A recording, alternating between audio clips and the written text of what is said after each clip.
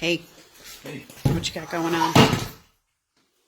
pulling out a old header that's not to code so we can reframe above the window so it'll be to code when we get our inspections.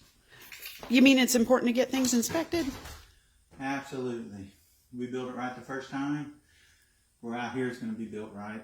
We're going to have inspections on everything. So you don't end up with stuff like this, like these two electrical circuits down here. When we took out this section of wall, those are both live. Oh my gosh. Should be in a junction box, should be able to be accessible. You can't access them inside of a wall. So it's just nonsense like that. That's why we do what we do. Freaking hot. Still ain't got my gold chain. Oh my Lord. Stop it. All right, well, good job, hon. I'm proud of you. Fantastic.